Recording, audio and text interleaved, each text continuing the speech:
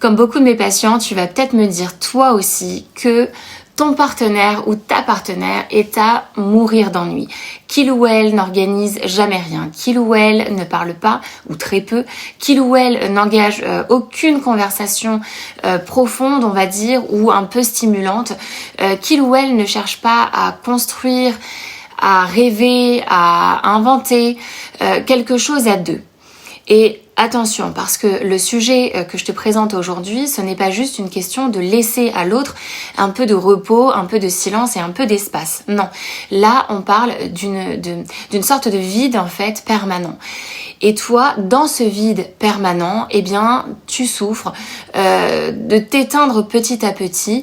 Et ce qui se passe là pour toi, c'est ce qu'on appelle le bore-out sentimental. À l'origine, le bore-out, c'est un terme issu du monde du travail. Ça veut dire l'épuisement par l'ennui, par manque de stimulation, par absence de sens.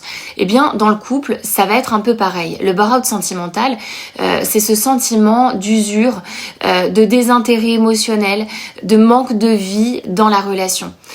Tu partages plus rien de vraiment excitant, plus rien de vraiment évolutif, et ton couple devient une sorte de colocation logistique, un peu affective, mais sans vraiment avoir d'âme. Et toi, eh bien toi qui as besoin de connexion, de jeu, d'échange, d'élan, eh bien tu t'éteins et tu t'assèches. Pas à cause d'un conflit, pas parce que tu l'aimes plus, quoique ça tend un peu vers ça au fur et à mesure du temps, mais à cause d'un vide. Et ce vide à la longue, eh bien, fait autant de dégâts qu'un climat toxique, conflictuel et de disputes permanents en fait. Parce que c'est aussi un agacement permanent. Qui rend le bore-out sentimental si sournois, c'est que toi, tu vas culpabiliser de le ressentir. Tu vas te dire que il ou elle est gentil, fidèle, présent ou présente, mais tu t'ennuies. Tu n'as plus de frissons, tu n'as plus de stimulation mentale, tu n'as plus de vision à deux à plus ou moins long terme. Et tu te demandes, est-ce que c'est moi qui suis trop exigeant ou exigeante, ou est-ce que j'en demande trop? Moi, ce que je pense, c'est que tu n'en demandes pas trop, mais tu demandes juste du vivant. Et c'est pas un luxe, c'est un besoin psychique fondamental de se sentir engagé émotionnellement, intellectuellement, relationnellement. Et si tu es dans une relation un peu plate, où rien ne bouge, où tu n'as plus rien à quoi t'accrocher, à quoi rêver, eh bien c'est juste normal de commencer à dépérir, c'est juste une continuation logique. Si tu as un stimulant, si tu as une question de départ, eh ben tu vas avoir une réponse donnée. Si tu as un stimulant, eh bien tu vas avoir cette réponse-là. Mais si tu n'as pas de stimulant, eh bien la réponse donnée, ça va être juste l'ennui, le rien, le vide. Donc c'est un peu normal qu'à la longue, eh bien tu te sentes intérieurement vide. Donc dans ces cas-là, la première chose à faire, c'est déjà de nommer ce que tu ressens. Arrête de minimiser. Tu ne vas pas juste passer une mauvaise période.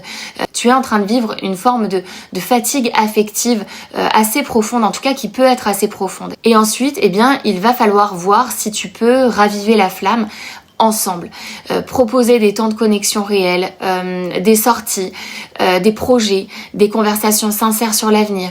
Mais si malgré tes tentatives, l'autre reste muré dans sa passivité, eh bien pose-toi la vraie question, est-ce que je suis encore vivant ou vivante dans cette relation, ou est-ce que je suis en train de me faner juste parce que je n'ose pas appeler l'ennui par son nom en fait. Et est-ce que je ne suis pas en train de banaliser quelque chose qui me peine profondément et qui agit sur mon humeur quotidien. Le couple, c'est pas juste de la stabilité, c'est aussi du souffle.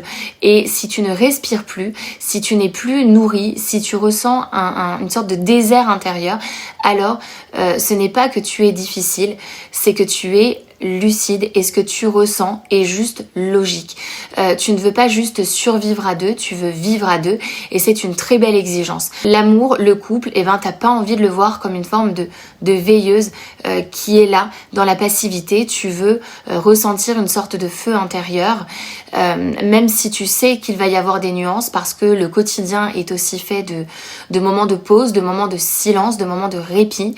Mais là, je te parle de quelque chose qui est en continu. Donc si t'en parles à ton partenaire et que l'autre reste en permanence dans sa passivité, je pense qu'il va falloir se poser les bonnes questions et voir déjà comment tu lui dis en termes d'affirmation de toi et puis d'aller creuser ce qui se passe au niveau de ton partenaire parce qu'il y a peut-être quelque part une forme d'incompatibilité et c'est ok aussi de se poser cette question-là.